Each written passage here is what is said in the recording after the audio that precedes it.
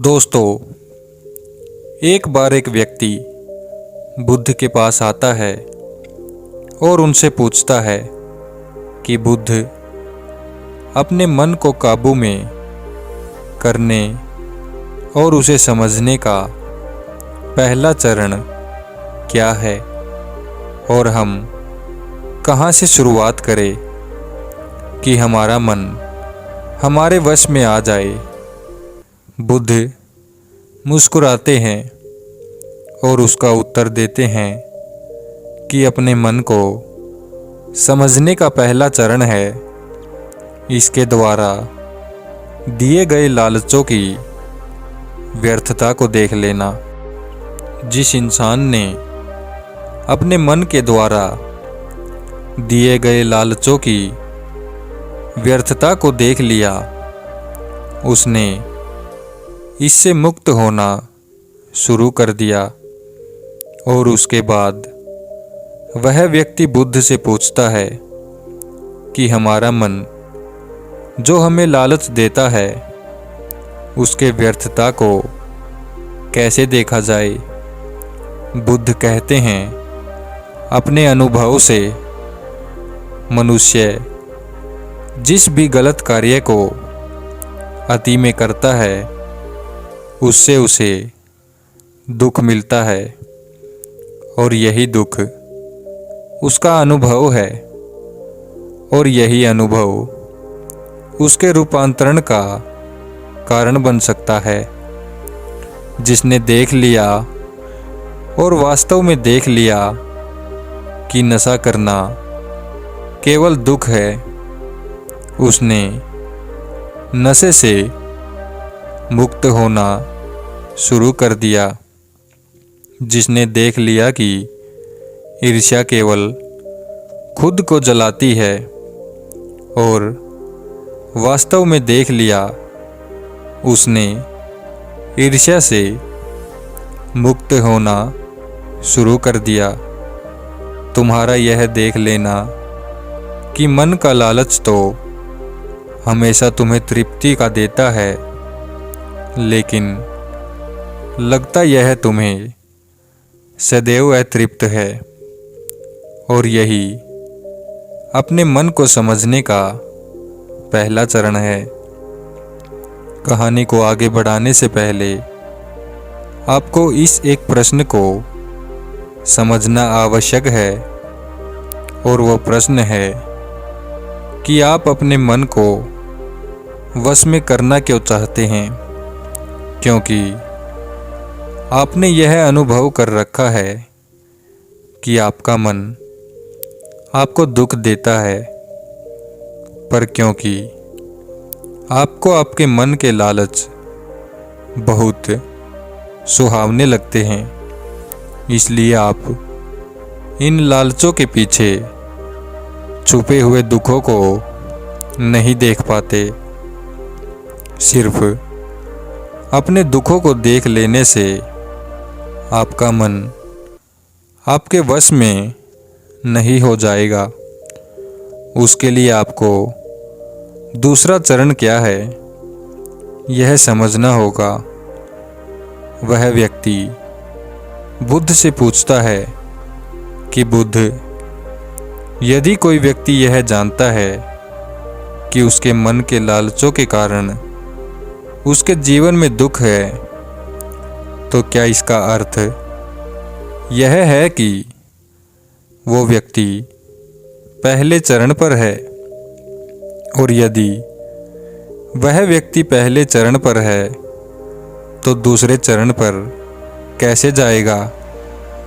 बुद्ध कहते हैं कि उस व्यक्ति को खोज पर निकलना होगा, किसी ऐसे व्यक्ति की खोज पर जो अपने मन से मुक्त हो चुका है और जिसने अपने मन को जान लिया है। क्योंकि तुम्हारा मार्गदर्शन वही कर सकता है जो उस जगह पर पहुंचा हुआ है और जहां तुम जाना चाहते हो। दोस्तों, यहाँ पर एक बात समझनी आवश्यक है कि खोज पर निकलने का अर्थ यह नहीं है कि आप सन्यासी बन जाएं, बल्कि खोज पर निकलने का अर्थ यह है कि कोई ऐसा व्यक्ति खोजना जो आपका मार्गदर्शन कर सके। अब यहाँ पर प्रश्न यह उठता है कि ऐसे व्यक्ति को कहाँ पर खोजे, क्योंकि आस पड़ोस में तो सभी लोग अशांत भरे पड़े हैं। तो इस प्रश्न का उत्तर है कि आप ऐसे व्यक्ति को आस पड़ोस में मत खोजिए, बल्कि इंटरनेट पर खोजिए, क्योंकि इंटरनेट आपको पूरी दुनिया से जोड़ता है। दोस्तों, मैं और आप इस इंटरनेट के बदौलत ही जुड़े हुए हैं। अगर इंटरनेट नहीं होता तो क्या आप मेरे इस वीडियो को देख पाते? नहीं ना। दोस्तों, इस दुनिया में बहुत सारे लोग थे और अभी हैं और आगे हमेशा रहेंगे, जो आपका मार्गदर्शन कर सकते हैं। कहानी में वापस लौटते हैं और अच्छे से जानते हैं कि अपने मन को समझने का दूसरा चरण क्या है। वह व्यक्ति बुद्ध से पूछता है कि उस व्यक्ति की पहचान क्या है जिसने अपने मन को समझ लिया है और जिसने खुद को जान लिया है, क्योंकि हर व्यक्ति यह दावा करता है कि वह ज्ञानी और बुद्धिमान है, लेकिन वास्तव में ज्ञानी कौन है वह कैसे पता लगेगा? बुद्ध कहते हैं कि यही तीसरा चरण है, और वो चरण है सुनकर। सुनना ही अपने मन को समझने का तीसरा चरण है। उसके बाद वह व्यक्ति बुद्ध से पूछता है कि क्या देखकर यह पता नहीं किया जा सकता, क्योंकि आपको देखकर ही पता लगता है कि आप एक महात्मा हैं।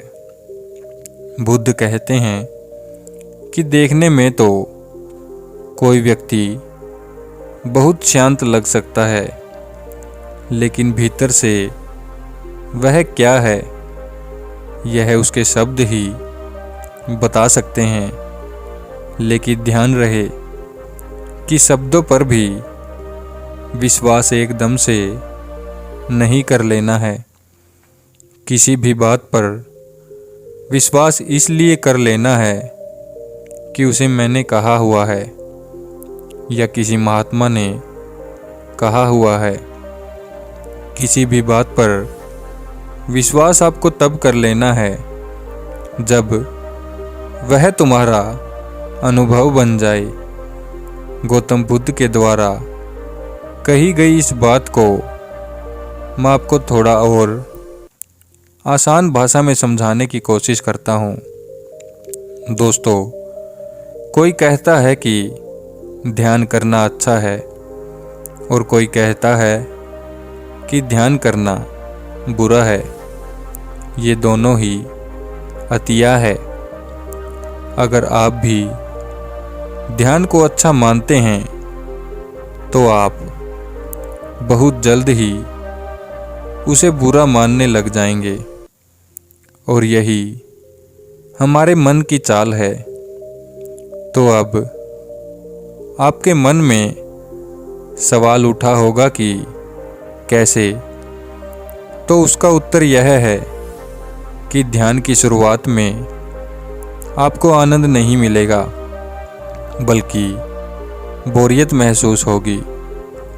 और आपका विश्वास क्या था कि ध्यान अच्छा है, लेकिन आपको अनुभव क्या हो रहा है कि ध्यान बोरियत भरा है। तो धीरे धीरे आपका विश्वास बदलने लगेगा।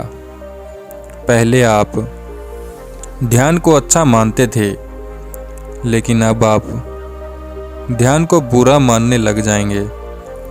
आप एक अति से दूसरे अति पर पहुंच जाएंगे और यही हमारे मन की चाल है। हमारा मन हमें अतियों में ही भटकाता रहता है, और अगर आप ध्यान को बुरा मानते हैं तो आप कभी भी ध्यान करेंगे ही नहीं। अब कहानी में वापस लौटते हैं और अच्छे से समझते हैं कि अपने मन को समझने का तीसरा चरण क्या है।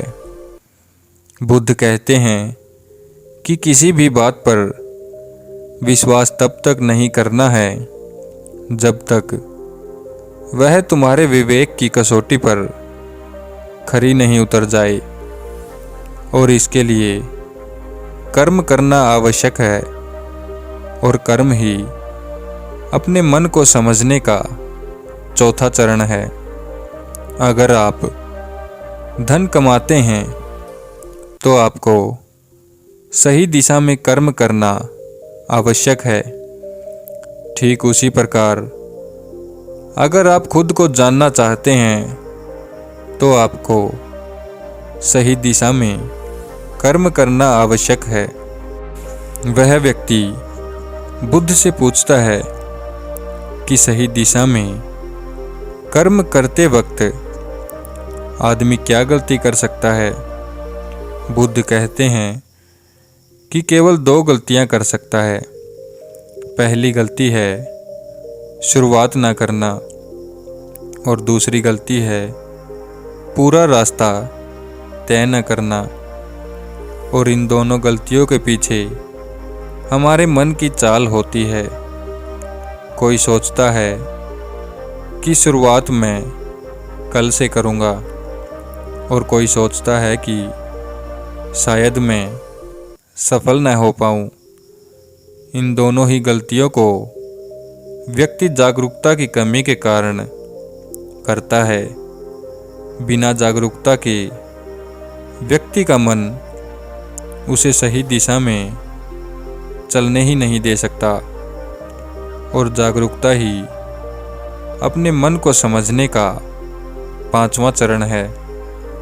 इसलिए दिन के हर एक क्षण को जागरूकता के साथ जियो। कोई भी कार्य करो तो उसे जागरूकता के साथ करो।